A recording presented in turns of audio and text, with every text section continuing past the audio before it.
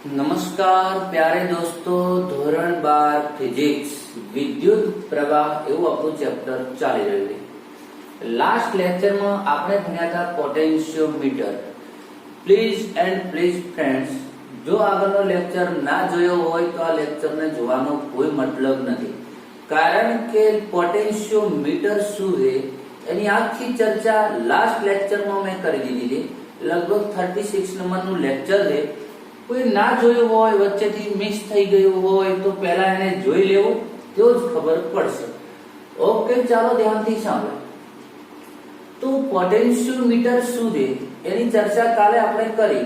તો કે પોટેન્શિયોમીટર એક ઇન્સ્ટ્રુમેન્ટ છે, એક સાધન છે જેની મદદથી બેટરીનો કુલ વોલ્ટેજ, બેટરીનો આંતરિક અવરોધ, બેટરીમાંથી જોઈતો હોય એટલા પ્રમાણમાં વોલ્ટેજ, મતલબ 15 વોલ્ટની બેટરી છે, એમાંથી મારે તો 14 જ જોઈએ છે, 13 જ જોઈતો હોય, 12 જ જોઈતો હોય, તો પણ એવો અલગ અલગ મૂલ્યનો વોલ્ટેજ પણ આપે પોટેન્શિયોમીટરની મદદથી મળે છે. ઓકે, હવે વન બાય વન આજે એની થોડી એપ્લિકેશન જોઈએ, પણ એની પહેલા થોડું યાદ કરી લઈએ લાસ્ટ લેક્ચરની જે વાતો હતી તે મિત્રો.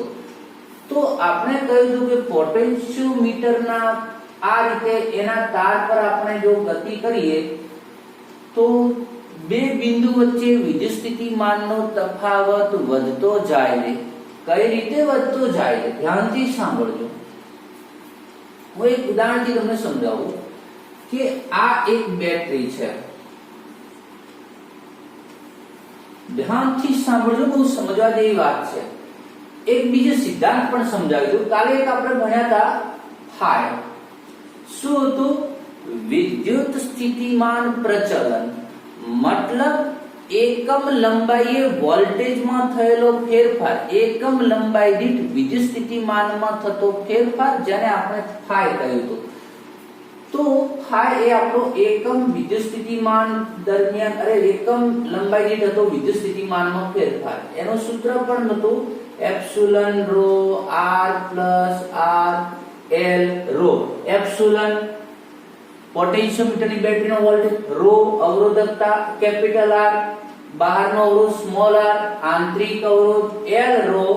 L એટલે તારની કુલ લંબાઈ. ચલો, આ વાતો થઈ ગઈ. ખાસ યાદ રાખવાનું છે L અંતરે, આ સૂત્ર આપણે કહ્યું કે ફાઈ બરાબર શું છે? VL by L. તો VL બરાબર શું થાય? Phi L. આ આપણા માટે બહુ મહત્વનું સૂત્ર છે. આપણો જે સિદ્ધાંત હતો એના પરથી શું છે? L અંતરે રહેલા બે બિંદુ વચ્ચે વિદ્યુત સ્થિતિમાનનો તફાવત VL ફાઈ L. અને સ્વાભાવિક સીધો હિસાબ છે, અહીંથી આપણે સૂત્ર ઉપરથી પણ બનાવ્યું. બાકીનું થોડું લોજિક સમજીએ તો ફાઈ એટલે એકમ અંતરે વિદ્યુત સ્થિતિમાનમાં ફેરફાર.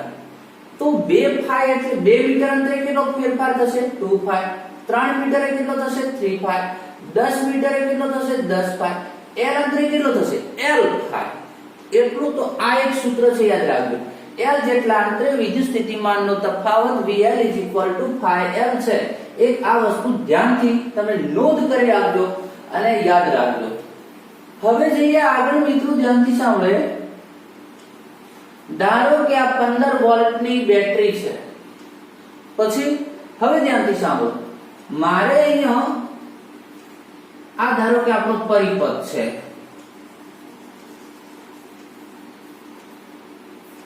આ પરિપથમાં પ્રવાહ વહી રહ્યો છે. આ અવરોધને કેટલો વોલ્ટ મળશે? ભાઈ સીધી બેટરી આને જોડેલી છે, તો આ અવરોધને હાલ 15 વોલ્ટ આપવામાં આવ્યો છે.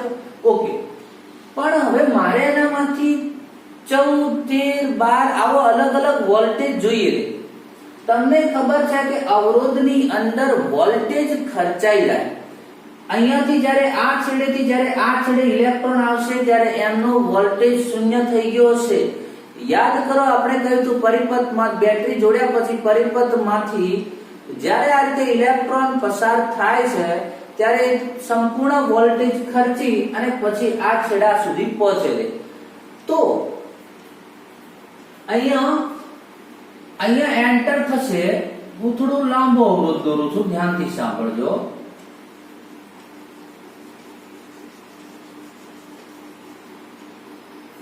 અહીંયા એન્ટર થશે ત્યાંથી વોલ્ટેજ ખર્ચાવાની શરૂઆત થશે. અહીંયા 15 છે, અહીંયા 0 છે. હવે ધારો કે હું કોઈ જગ્યાએ તારનું કનેક્શન અહીંયા કરી દઉં. અહીંયાથી તારનું કનેક્શન કરીને હું અહીંયાથી કોઈ જગ્યાએ હું આ રીતે આ બીજો એક અવરોધ છે અને મારે વોલ્ટેજ આપવો છે. ટૂંકમાં એક શાખા બનાવી અને હું અહીંયા વોલ્ટેજ આપવો છે, પ્રવાહ વહેડાવો છે. તો અહીંયા 15 વોલ્ટ નહીં મળે કારણ કે અહીંયા થોડો ખર્ચાઈ ગયો, પછી અહીંયા વોલ્ટેજ મળશે. બહુ સમજવા જેવી વાત છે ભાઈ. તો આને ધારો કે અહીંયા 1 જેટલો ખર્ચાઈ જાય છે, તો હવે અહીંયા કેટલો વોલ્ટેજ વધ્યો? 14. તો આને કેટલો મળશે? 14. પણ હું અહીંથી કનેક્શન કરીશ તો ધારો કે 13 મળશે. અહીંથી કનેક્શન કરીશ તો 12 મળશે. હું જેમ સમજો બરાબર, કારણ કે અહીંયા અવરોધમાં વોલ્ટેજ ખર્ચાય છે. વોલ્ટેજ બોલે તો ઇલેક્ટ્રોનની ઊર્જા એ અહીંયા 15 હોય છે. જેમ અવરોધમાં આગળ વધે એમ 14, 13, 12, 11, 10 એમ કરતા આ છેડે 0 થઈ જાય છે. વચ્ચેથી કોઈ જગ્યાએ કનેક્શન કરીને હું ત્યાંથી એક નવી શાખા બનાવી એ બાજુ પણ હું પ્રવાહ વહેવડાવવાનું ચાલુ કરીશ તો ત્યાં મારો વોલ્ટેજ 15 નહીં આવે. હું કઈ જગ્યાએ કનેક્શન કરું છું એના આધારે ત્યાંથી મને વોલ્ટેજ મળશે. એક આ વાત છે. ઓકે, ચાલો. તો આ રીતે આપણે એ જ બેટરીનો અલગ અલગ વોલ્ટેજ આપણે પ્રાપ્ત કરી શકીએ. બસ સેમ વસ્તુ પોટેન્શિયોમીટરમાં છે કે પોટેન્શિયોમીટરમાંથી તમારે અલગ અલગ મૂલ્યનો વોલ્ટેજ મેળવવો હોય તો આ એપ્સિલોન વોલ્ટ છે એ 15 હોય, 20 હોય, જે હોય તે આ એપ્સિલોન વોલ્ટની બેટરી છે એને પોટેન્શિયોમીટરના તાર સાથે જોડી દેવામાં આવી છે. જ્યારે અહીંયા છે ત્યારે એનો વોલ્ટેજ એપ્સિલોન જેટલો છે, પણ જેમ તારની અંદર આગળ જઈશું એમ એના વોલ્ટેજમાં ઘટાડો થશે. ધારો કે એપ્સિલોન બરાબર 20 વોલ્ટની બેટરી છે અને એ 20 વોલ્ટ માંથી અહીંયા તો 20 વોલ્ટ છે, પણ અહીંયા તો 19 છે, અહીંયા 18, 17, 16, 15, 14 આવી રીતે એનો અલગ અલગ બિંદુ આગળ અલગ અલગ વોલ્ટેજ થશે. અને સ્વાભાવિક છે, જો તફાવત વધતો જવાનો. 20 થી તમે અહીંયા આવો તો 19 એટલે 1 નો તફાવત થયો. a અને b વચ્ચે, સોરી c અહીંયા કરી દઉં. અહીંયા c હોય તો nc વચ્ચે ધારો અહીંયા c નો ધારો કે 19 હોય તો nc ની વચ્ચે તફાવત 1 નો થયો. ધારો કે c અહીંયા હોય તો તફાવત 2 થઈ ગયો, અહીંયા હશે તો 3 થઈ ગયો છે. અંતર વધે એમ તફાવત વધતો જાય છે અને એનું જે વોલ્ટેજનું મૂલ્ય છે બિંદુનું એ ઘટતું જાય છે. તો એક વાત ક્લિયર થઈ છે કે હું અહીંયા અલગ અલગ બિંદુથી તાર જોડીને જો હું કનેક્શન કરીને વોલ્ટેજ લઈશ તો મને અનુકૂળતા મુજબનો મારે 18, 17 જે પ્રમાણે લેવો હોય ત્યાંથી હું વોલ્ટેજ લઈ અને કનેક્શન કરી અને એટલો વોલ્ટેજ મેળવી શકું. તો એક આ એપ્લિકેશન થઈ. શું એપ્લિકેશન થઈ? પોટેન્શિયોમીટરમાંથી ઈચ્છા મુજબનો વોલ્ટેજ મેળવી શકાય છે. ચાલો, આ એક વાત છે. બુકમાં નથી કોઈ વાત, એટલે કોઈ નોંધ નથી કરાવતો. તમારે જાણવા માટે ક્યાંક લખવું હોય તો લખી રાખજો કે આ રીતે પોટેન્શિયોમીટરની મદદથી ઈચ્છા મુજબનો વોલ્ટેજ મેળવી શકાય છે. ઓકે, હવે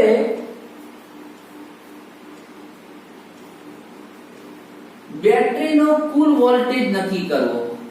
વિદ્યુત કોષનો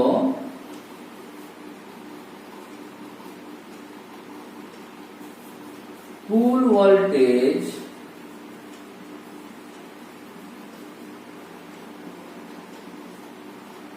નક્કી કરવો. ચાલો, વિદ્યુત કોષનો કુલ વોલ્ટેજ નક્કી કરવો, આવું આપણું ટાઇટલ છે. હવે કોઈ વિદ્યુત કોષનું બીજું નામ આપણે બેટરી કહીએ છીએ. કોઈ બેટરી છે કે જેનો મારે કુલ વોલ્ટેજ નક્કી કરવો છે કે એનો વોલ્ટેજ કેટલો હોય, ટર્મિનલ નહીં, કુલ વોલ્ટેજ નક્કી કરવો છે. તો એને અહીંયા જોડી દેવાની. એ જે વિદ્યુત કોષ હોય, જે બેટરી હોય એને અહીંયા જોડી દઈશું. ચાલો, મેં અહીંયા જોડી દીધી ભાઈ બેટરીને.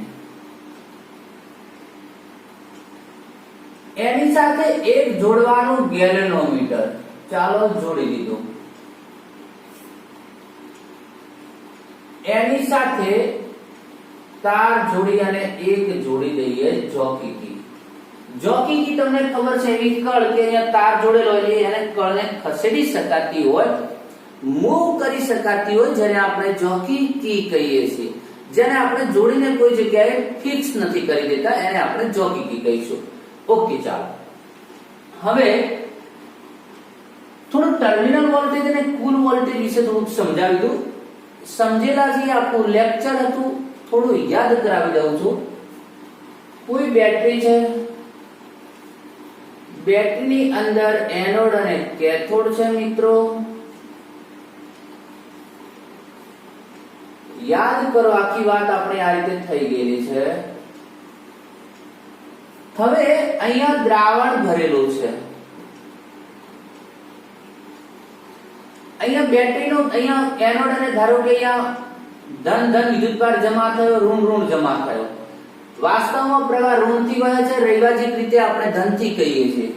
ધારો કે અહીંથી પ્રવાહ અહીંયા ઇલેક્ટ્રોન ગતિ કરવાનું ચાલુ કરે. ચલો તમે સારી રીતે સમજાય તો ઋણથી લઉં.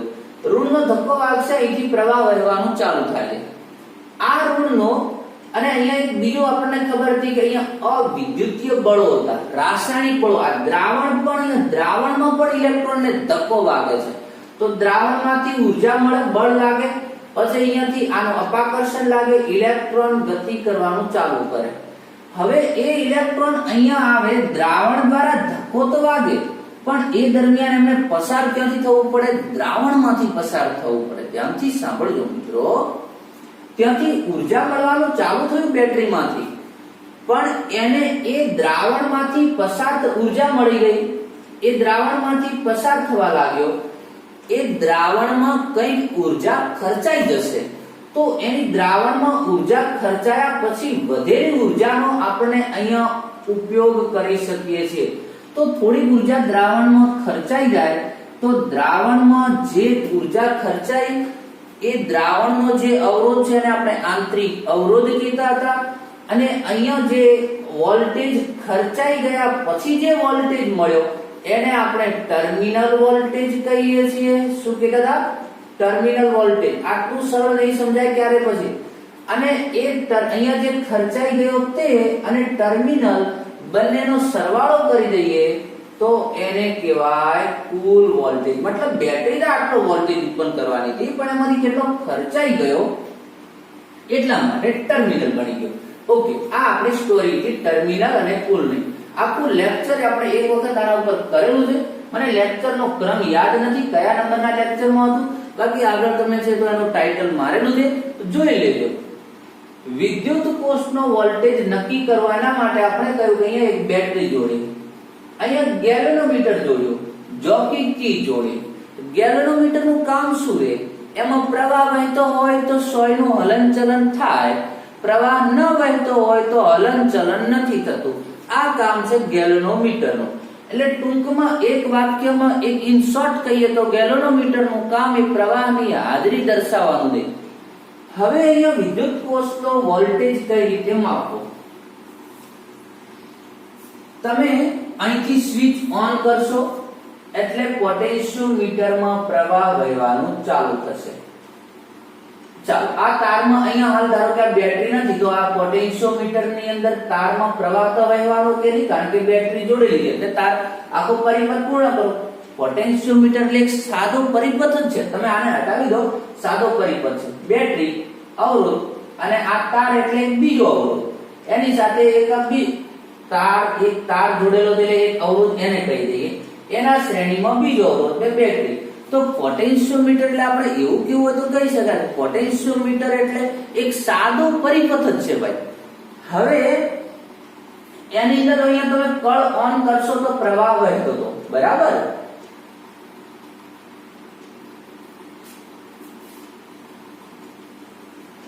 હવે અહીંયા તમે આ બેટરીને ધારો કે તમે અહીંયા પણ કળ હશે એને ઓન કરશો તો ધારો કે એનો પ્રવાહ વહેવાનું ચાલુ થાય છે. હવે તમે જોકી કીને ધારો કે અહીંયા મૂકો છો આ જગ્યાએ, સપોઝ પહેલા અહીંયા મૂકી દેવું આપણે માની લઈએ. ધારો કે મેં જોકી કીને હાલ અહીંયા મૂકી હતી, ધારો કે સમજો અહીંયા મૂકી હતી સી બિંદુ આગળ, તો આ બિંદુનો વોલ્ટેજ હોય એના કરતા આનો વોલ્ટેજ વધારે હોય. ધ્યાનથી સાંભળજો, આ બિંદુનો જે પોટેન્શિયોમીટરનો જે વોલ્ટેજ હોય એના કરતા ધારો કે આ બેટરીનો વોલ્ટેજ વધારે હોય તો ગેલ્વેનોમીટરમાંથી તો તમને ખબર છે ઊંચા વોલ્ટેજથી નીચા વોલ્ટેજ તરફ પ્રવાહ હોય. પોટેન્શિયોમીટરનો પ્રવાહ અહીંયા ચલો થોડું ડીપમાં સમજીએ. ધારો કે આ તાર અહીંયા જોડ્યો હોત, હવે આ બિંદુ આગળ તમને ખબર પોટેન્શિયોમીટરનો પ્રવાહ વહે છે અને આ તારમાંથી પેલી બેટરીનો પણ પ્રવાહ આવી શકે. હવે આ પ્રવાહ ત્યાં ગેલ્વેનોમીટરમાં દાખલ થશે કે પેલો પ્રવાહ આ તારમાં દાખલ થશે એ કોણ નક્કી કરશે? આ બિંદુનો વોલ્ટેજ નક્કી કરશે. જો આ બિંદુનો વોલ્ટેજ આ બેટરીના વોલ્ટેજ કરતા વધારે હશે તો પોટેન્શિયોમીટરનો પ્રવાહ ગેલ્વેનોમીટરમાં દાખલ થઈ અને આમ આવશે. પણ જો બેટરીનો વોલ્ટેજ વધારે હશે તો પછી આ બેટરીનો પ્રવાહ ગેલ્વેનોમીટરમાંથી પસાર થઈ અને તારમાં દાખલ થશે. બરાબર? ન સમજે રિવાઇઝ કરીને સાંભળી લેજો.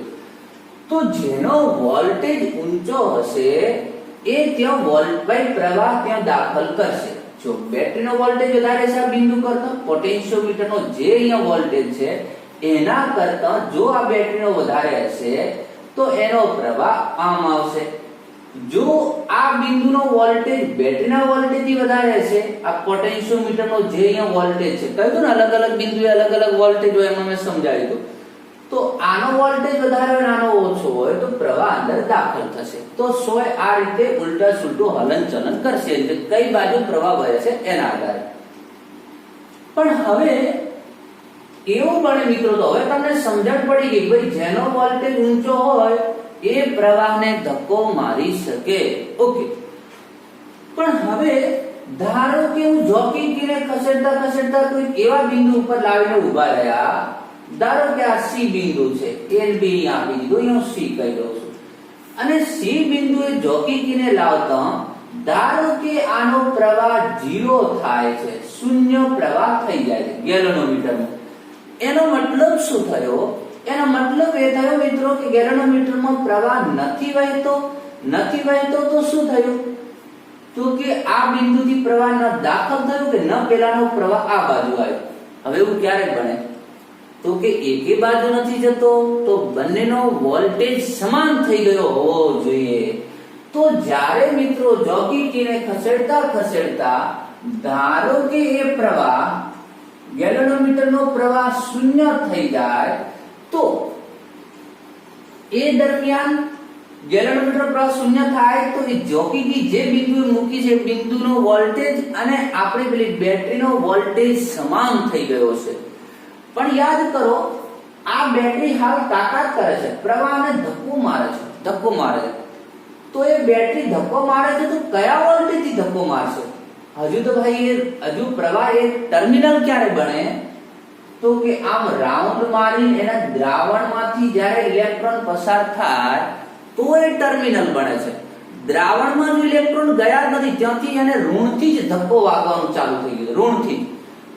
તો હાલ જે બેટરી તાકાત કરે છે એ કુલ વોલ્ટેજ થી તાકાત કરે છે. કુલ વોલ્ટેજ જેટલી એની તાકાત હતી તે લગાવી દે. રાઉન્ડ મારીને જ્યારે બેટરીમાં પાછો કરંટ દ્રાવણમાંથી પસાર થશે તો ટર્મિનલ વોલ્ટેજ બનશે. તો આ બિંદુએ બેટરીના વોલ્ટેજનો સામનો કરી એના પ્રવાહને અટકાવ્યો. આ બિંદુના વોલ્ટેજે બેટરીના વોલ્ટેજનો સામનો કર્યો અને પ્રવાહ શૂન્ય કર્યો, મતલબ બંનેનો વોલ્ટેજ સમાન થઈ ગયો. બસ તો હવે આ બિંદુનો વોલ્ટેજ તમે નક્કી કરી નાખો તો બેટરીનો કુલ વોલ્ટેજ આપણને મળી જાય. કેવી વાત થઈ? એક ટેબલ છે, ધારો કે અહીંયા લઈએ, બહુ સમજાવી વાત છે ભાઈ, તમને સમજાય બહુ મહત્વનું છે મિત્રો. ધારો કે આ ટેબલ છે,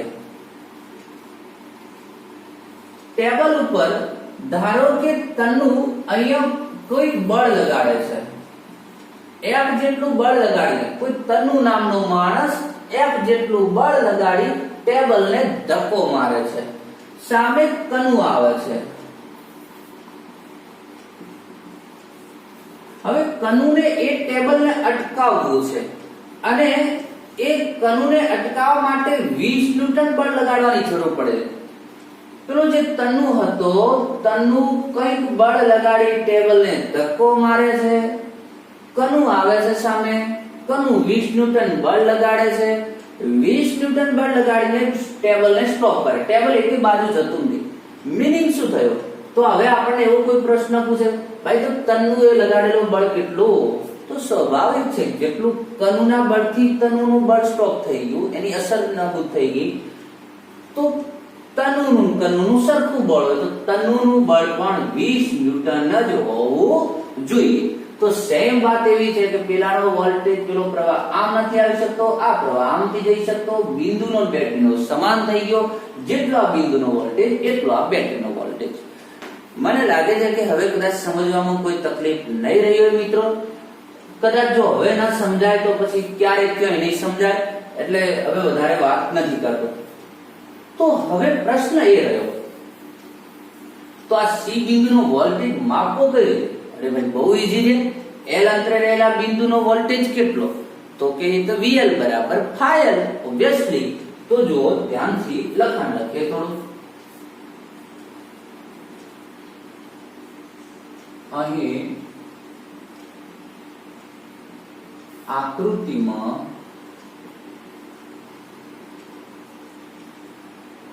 દર્શાવ્યા પ્રમાણે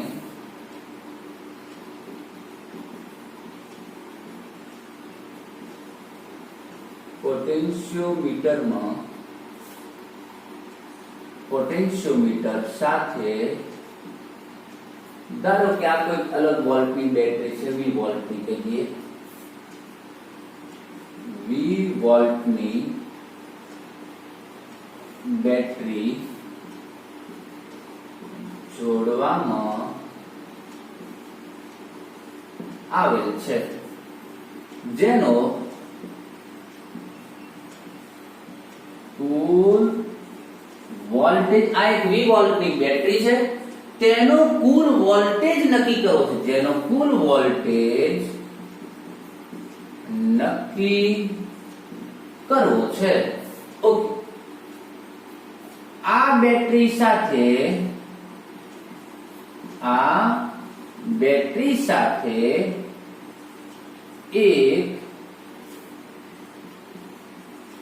ગેલ્વેનોમીટર અને તેની સાથે એક જોકી કી જોડવામાં આવેલ છે. ચાલો, આ તો દેખાય છે ભાઈ, જે મેં લખ્યું એ તમને દેખાય છે. જે દેખાય છે તે ધારો કે, ધ્યાનથી સાંભળજો, ધારો કે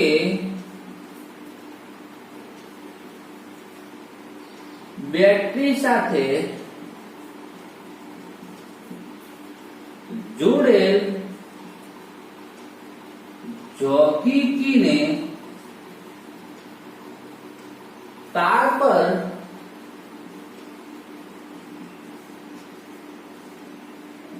ગતિ કરાવતા L અંતરે C બિંદુ સુધી લાવતા, L અંતરે C બિંદુ સુધી લાવતા ગેલ્વેનોમીટરનો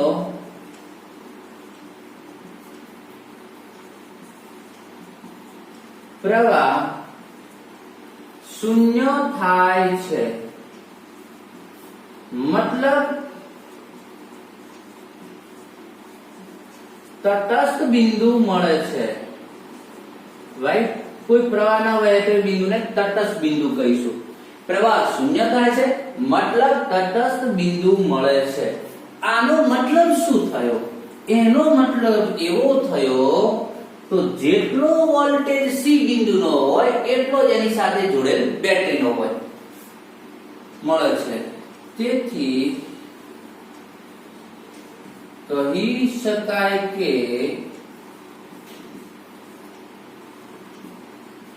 બેટરીનો, હવે મેં કુલ શબ્દ કેમ વાપર્યો મેં તમને સમજાવી દીધું. બધું કઈ લખી ના શકાય મિત્રો, એ વસ્તુ તમારા માઇન્ડમાં રાખવાની વાત છે. તમને ટર્મિનલ છે કે કુલ છે મેં આપનું સમજાવી દીધું, કારણ કે દ્રાવણમાંથી પ્રવાહ પસાર થઈને આવે તો એક ટર્મિનલ બને. હજુ તો ધક્કો જ મારે છે તો એ કુલ જ છે ભાઈ. તેથી કહી શકાય કે બેટરીનો કુલ વોલ્ટેજ એસી બિંદુના વોલ્ટેજ જેટલો હોય છે. તેથી આ ટાળી દો થોડું.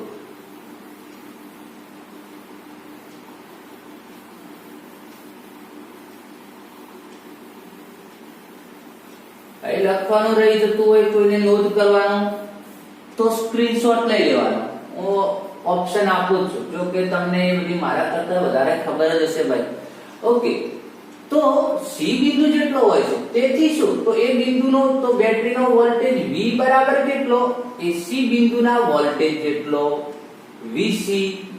તેથી V કેટલો, phi L, કારણ કે L અંતરે આવેલું બિંદુ છે તો phi L.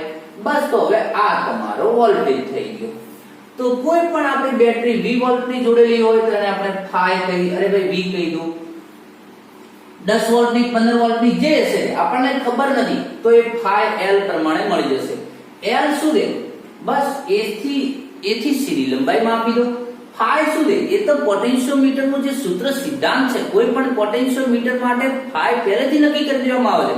ભાઈ આ પોટેન્શિયોમીટર નો phi આટલો છે, મતલબ એકમ લંબાઈ દીઠ વિદ્યુત સ્થિતિમાનનો તફાવત આટલો છે, એ તો પહેલેથી નક્કી કરી દેવામાં આવે છે. તો આ રીતે હું કોઈ પણ બેટરીનો વોલ્ટેજ નક્કી કરી શકું છું. તો આજે આપણે બે ની એપ્લિકેશન એક બુકમાં નથી, મેં ખાલી એમ સમજાવી દીધી. આ પણ ડાયરેક્ટલી બુકમાં નથી, બુકમાં છે તમારું બે બેટરીના EMF ની સરખામણી અને આંતરિક અવરોધનું મૂલ્ય નક્કી કરવું, તો ડાયરેક્ટ એ જ છે. તો આજે શું વાત કરી ભાઈ કે પોટેન્શિયોમીટરની ઘણી આપણે બેઝિક વાતો કરી, અલગ અલગ વોલ્ટેજ કઈ રીતે મેળવી શકાય, પોટેન્શિયોમીટર કામ કઈ રીતે કરે છે અને એક બેટરીનો વોલ્ટેજ કઈ રીતે નક્કી થાય એની ચર્ચા કરી. તો આજે આ લેક્ચરને આટલા સુધી રાખીએ છીએ.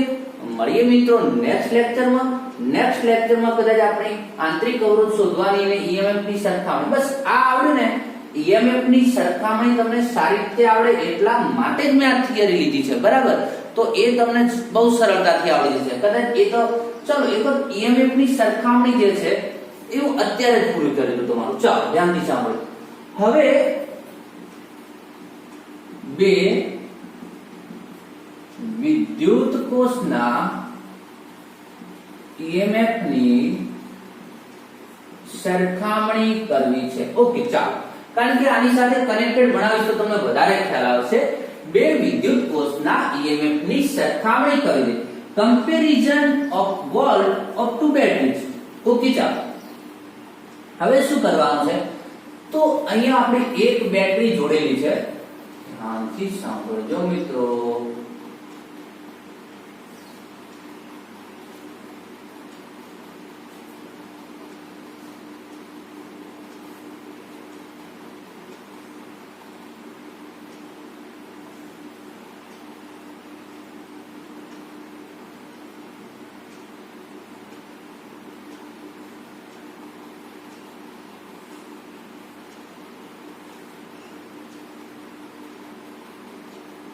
આ કળ છે મિત્રો, એવી કળનો ખ્યાલ ના આવે તો હું આવી કળ સારી દેખાતી ન હોય તો આવી કળ દોરી દઉં છું.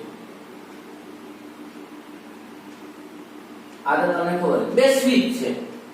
ધારો કે અહીંયા K1 છે અને આ K2 છે. હવે આ ટાઈપની દોરું, તમને દેખાય કે આ કળ છે. ચાલો, ધારો કે આ K1 કળ, આ K2 કળ. ગેલેનોમીટર તો ખરું જ મિત્રો. અહીંયા આ છે આપણું ગેલેનોમીટર. કયો ટોપિક હવે સ્ટાર્ટ કર્યો છે આપણે ભાઈ? બે વિદ્યુત કોષના EMF ની એટલે કે વોલ્ટેજ ની સરખામણી. ધારો કે આ બેટરી જોડી એનો વોલ્ટેજ છે ε1, આ બેટરી જોડી એનો વોલ્ટેજ છે ε2. we don't know કે ε1 greater than ε2 और एप्सिलॉन 2 ग्रेटर देन एप्सिलॉन 1 આપણે જાણતા નથી કોણ કયું મોટું છે કોણ નાનું છે. ઓકે, હવે એને કોના દ્વારા નક્કી કરવું છે ભાઈ? આપણે તો પોટેન્શિયોમીટર ને પૂછવું છે કે ભાઈ એપ્સિલॉन 1 મોટો, આપણી જોડે ધારો કે બે બેટરી છે, કઈ બેટરીનો વોલ્ટેજ વધારે છે અને કઈનો ઓછો છે આપણને ખબર નથી. કંપનીએ ઉપર લખ્યું નથી ભાઈ, આપણે બેટરી ધારો કે લેબમાં જ બનાવી છે અને આપણે એનો વોલ્ટેજ નક્કી કરવો છે કોનો વધારે ને કોનો ઓછો. તો પોટેન્શિયોમીટર ની મદદથી કઈ રીતે થાય નક્કી કરી. હાલો K2 ને ઓન K2 ને ઓફ રાખું છું, K2 ને ઓફ રાખું છું, K1 ને ઓન રાખું છું. હવે આને ઓફ રાખું મતલબ બંધ રાખું તો અહીંયા પ્રવાહ વહેવાનો નથી, એટલે આ બેટરી પરિપથમાં જોડાતી નથી.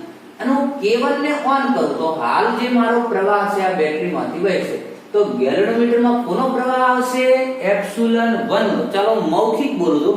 K1 ને ઓન કરતા ગેલ્વેનોમીટરમાં એપ્સિલॉन 1 બેટરીનો પ્રવાહ દાખલ થાય છે.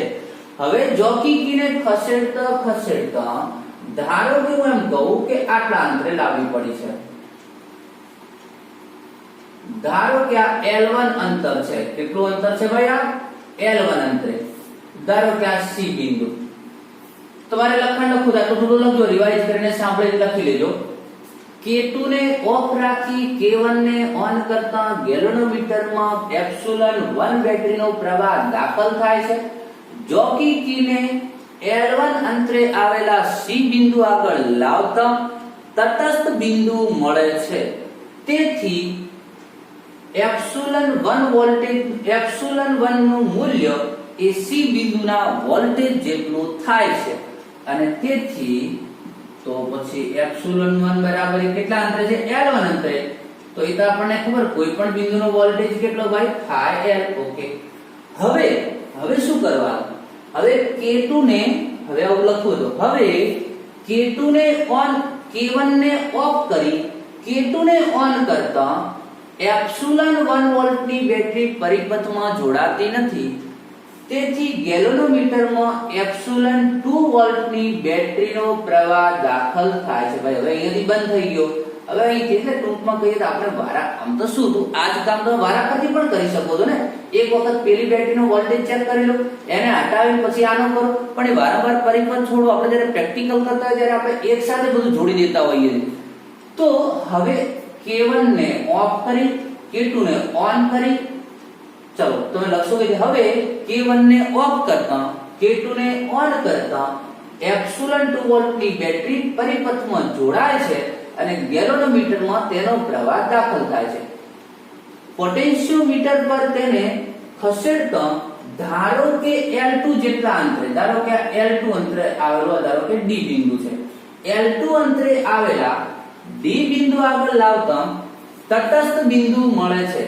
તેથી એપ્સિલॉन 2 નું મૂલ્ય D બિંદુના વોલ્ટેજ જેટલું થાય. તેથી હવે જે તમે ઉપર જે શબ્દ લખશો તો એપ્સિલॉन 2 L2. સમીકરણ કોઈ પણની સરખામણી કરવી એટલે ગુણોત્તર લેવું. હજી તો આપણને એપ્સિલॉन 1 મળ્યો, એપ્સિલॉन 2 મળ્યો. નાનું કોણ મોટું કોણ એ નક્કી કરીએ તો ગુણોત્તર લઈ લઈએ. સમીકરણ 1 અને 2 નો ગુણોત્તર લેતા એપ્સિલॉन 1 upon એપ્સિલॉन 2 5 cancel L1 upon L2. હવે તો તમને ભાઈ ખબર છે, જો આનો ગુણોત્તર 1 કરતા મોટો મળે તો એપ્સિલॉन 1 મોટો થાય અંશ, અને જો ગુણોત્તર 1 કરતા નાનો મળે તો એપ્સિલॉन 1 નાનો, એપ્સિલॉन 2 મોટો. બસ, તો એક બેટરીનો વોલ્ટેજ નક્કી કરતા આવડે તો આ તો તમને સરળતાથી ખબર પડી જાય. તો આ વાત કરી આપણે બે વિદ્યુત કોષના EMF ની સરખામણી કરી. તો મિત્રો આજે આટલા સુધી રાખીએ છીએ. મળીએ નેક્સ્ટ લેક્ચરમાં. ત્યાં સુધી આ લેક્ચરને બરાબર કમ્પ્લીટ કરી લેજો. નેક્સ્ટ લેક્ચરની અંદર આપણે એક એપ્લિકેશન જોઈશું, આંતરિક અવરોધ ભણવાની છે. બહુ અગત્યનો ટોપિક છે. ઓકે, ચાલો મળીએ નેક્સ્ટ લેક્ચરમાં.